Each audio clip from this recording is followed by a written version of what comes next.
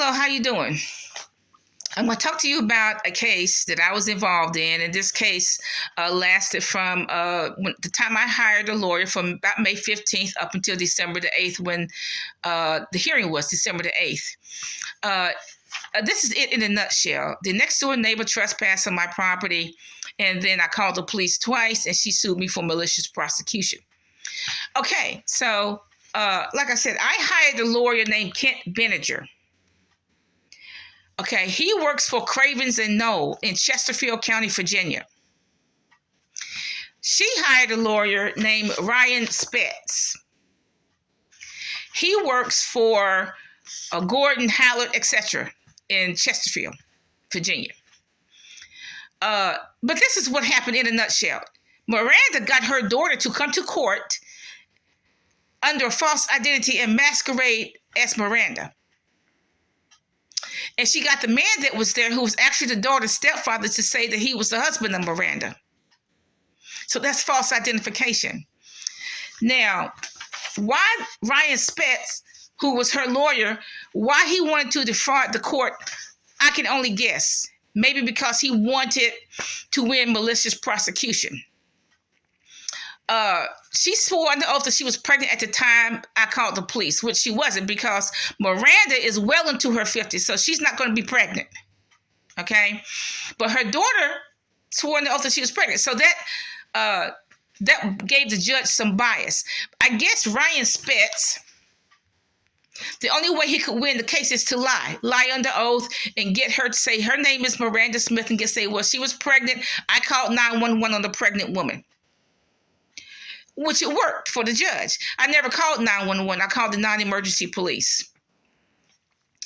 My lawyer, Kent Benninger, was obviously part of the conspiracy, because I gave him enough information to dismiss the case in May, and he didn't. I gave him 2 pieces of information before the hearing even started, and he didn't dismiss it. I told him when that girl walked in that it's not Miranda. After she swore under oath that her name is Miranda, I said, that is her daughter, that is not her. He didn't. The first time he said, I can't, he said, can't prove it. And yes, I can't prove it. I live right beside these people. In addition, she went to court several times. There are cameras in the court. So her picture was in the court. So yes, I can prove it. Her picture's all in the court when she went to court about 3 times. And when I told him the second time, after she took the oath to say her name was Miranda, I said, that is her daughter, that is not Miranda. He said, shh. Now that's offensive, isn't it? We're paying him all this money every month to make objections, to dismiss the case, and he tells me to shush. Okay? Now, like I said, I gave him critical information in May. He could have dismissed the case. I gave him even more information December the 8th. He could dismiss the case. But he didn't. That tell me he was part of the conspiracy. That explains all the delays. There were a lot of unnecessary delays. He would go weeks, months without even talking to me to any kind of update or anything. Now, Ryan Spetz withheld information from the court. Because first of all, there were 2 pieces of critical information that Ryan Spetz withheld from the judge. And the reason why he did, so he could win the case.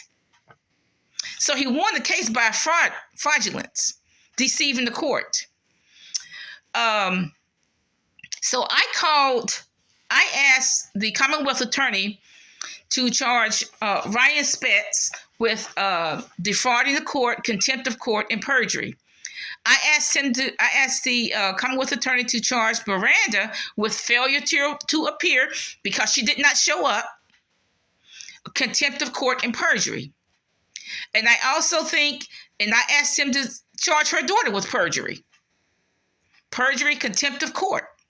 That's what I asked the Commonwealth attorney. I haven't heard from them yet. Now, my lawyer, I don't even call him a lawyer, Kent Benninger, he was part of the conspiracy, because that explains why he was always working against me. I would give him information, he would dismiss it, but he would give the information to Ryan Spetz. He would give the information to Ryan Spetz, and I would make a comment to Kent Benninger I would make a comment to him, and he told Ryan Spitz. How do I know? Because Ryan Spitz quoted me directly in court, word for word. Okay, he quoted me directly. Okay, so the only way he could have gotten that information was from Kent Benninger.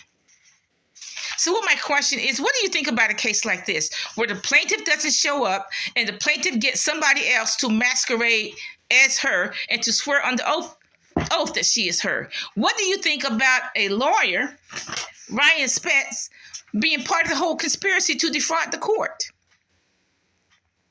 And what's worse is that my lawyer was part of the conspiracy.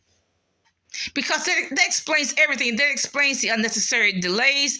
That explains why I gave him critical information that he could have dismissed the case and he didn't.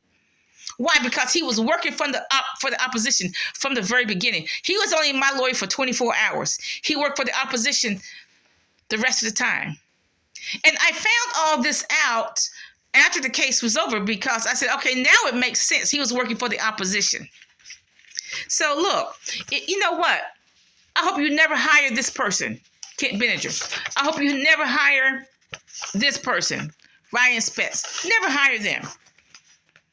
Okay, but you know what? If Kent Benninger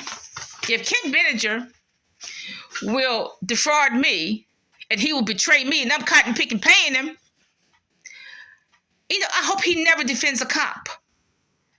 Because if he defrauds a cop, if he betrays a cop, that can cost a cop his life. That could cost a police officer his life in the streets. So look, he can't be trusted. Kent Benninger, he can't be trusted. He betrayed me and I'm paying him. He worked for the opposition. He was only my lawyer after he took the deposit. That's 24 hours. The rest of the time he was working for Ryan Spitz. Okay, now look, don't hire him.